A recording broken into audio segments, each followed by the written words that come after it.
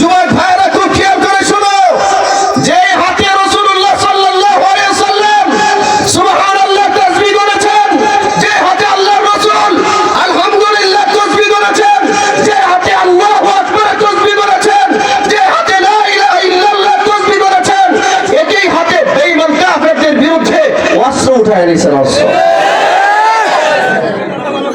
আলহামদুলিল্লাহ, এই জিহাদ শব্দটা বরদাস্ত করতে পারতাম।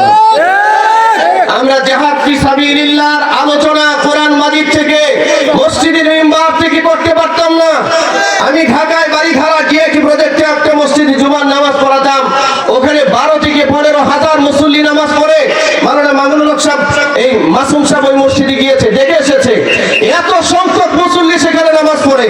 এক সপ্তাহ জুমার কালেকশন হয় 1.5 লাখ থেকে 2 লক্ষ টাকা। এমন একটা মসজিদ, এমন একটা জায়গা আমরা আলোচনা করতে পারতাম না, আমরা সেখানে কথা বলতে পারতাম না। মুহতারাম হাজিরিন, এরকম অসংখ্য খতিবদের জবানকে বন্ধ করে দেওয়া হয়েছিল, জবানকে নিষ্পাপ করা হয়েছিল।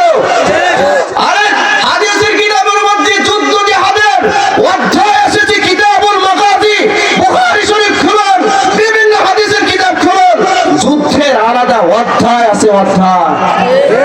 নবীজি জীবনে 26 থেকে 27টা যুদ্ধে নিজে উপস্থিত থেকে সেনাপতির দায়িত্ব পালন করেছেন। ভাই, যে হাতে আঙ্গুলে তাসবিহ গোনা সুবহানাল্লাহ বলা ইবাদত, এই হযরত চলে আসছেন, আমাদের প্রিয় ভাই, বড় ভাই, আমাদের সকলের মুরব্বী, আমাদের এই দেশের অত্যন্ত প্রতিষ্ঠিত আলেমে দ্বীন। আমরা যার তাফসীর শুনে, যার আলোচনা শুনে অত্যন্ত বিমোহিত এবং মুগ্ধ সারা দেশ। হযরত চলে আসছেন, উনি এখন আলোচনা করবেন। আমি আমার আলোচনা শেষ করে দিচ্ছি।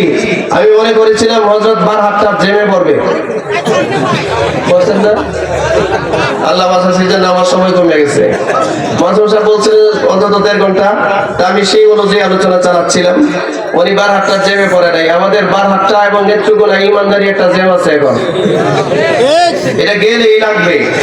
এক সাইড কাজ করতেছে, আরেক সাইড বন্ধের পরে সারে। আমি ভাবছিলাম অন্তত আধা ঘন্টা 40 মিনিট। ও, উনি বাইপাসে চলে আসছে, বুদ্ধি আছে আলহামদুলিল্লাহ।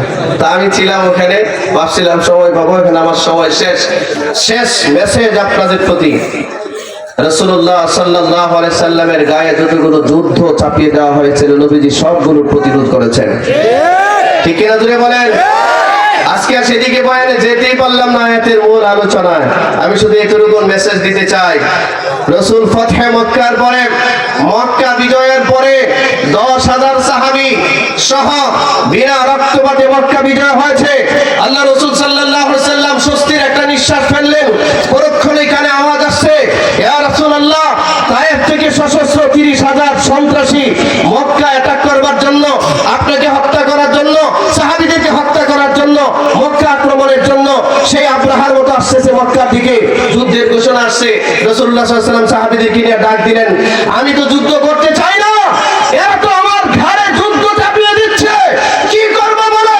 সাহাবায়ে কেরাম বললেন, ইয়া রাসূলুল্লাহ, যুদ্ধ তো আমাদের ঘাড়ে ওরা চাপিয়ে দিচ্ছে, আমরা বসে থাকবো না, নতুন করে আবারও জিহাদে নামবো। এ ভাই, আল্লাহ রাসূল সবার কাছ থেকে শপথ দিলেন, 2000 মুসলিম এবং বিগত আরো 10,000 সাহাবী সহ 12,000 সহ মক্কার হুদুদ হারামের বাইরে গিয়ে হুনাইনের ময়দানে সূরা আহজাব খুলুন, হুনাইনের ইতিহাস পড়ুন। আল্লাহ রাসূল হুদুদ হারামের বাইরে চলে গেলেন 12,000 সাহাবী নিয়ে, 30,000 সশস্ত্র সন্ত্রাসীর বিরুদ্ধে যুদ্ধ চালিয়েছেন একা একা, নেতৃত্ব দিয়েছেন একা। সুবহানাল্লাহ। আমরা বলতে চাই, বাংলাদেশের ঘাড়ে যদি আমাদের ইন্ডিয়ার দাদা বাবুরা যুদ্ধ চাপিয়ে দেওয়ার কোনো অপচেষ্টা, অপকৌশল করে, আমরা আমাদের যা কিছু আছে তা নিয়ে একটা প্রতিরোধ করব। কারা কারা একটু হাত দেখান ইনশাআল্লাহ। আল্লাহ তৌফিক দান করুন, সবাই বলেন আমিন। আল্লাহ তাআলা এই কোরআনের মজলিসকে কবুল করেন।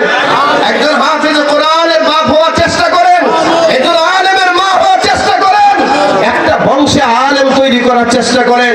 আল্লাহ তাআলা তৌফিক দান করুন। আমার ভাইয়ের কাছে, বড় ভাইয়ের কাছে আপনাদেরকে আমানত রেখে আপনাদের কাছে দোয়া চেয়ে বিদায় নিচ্ছি। ওয়া আলাইনা ইল্লাল বালাগ। আসসালামু আলাইকুম ওয়া রাহমাতুল্লাহ। আগামী 8 তারিখ নাকি আপনার মাহফিল?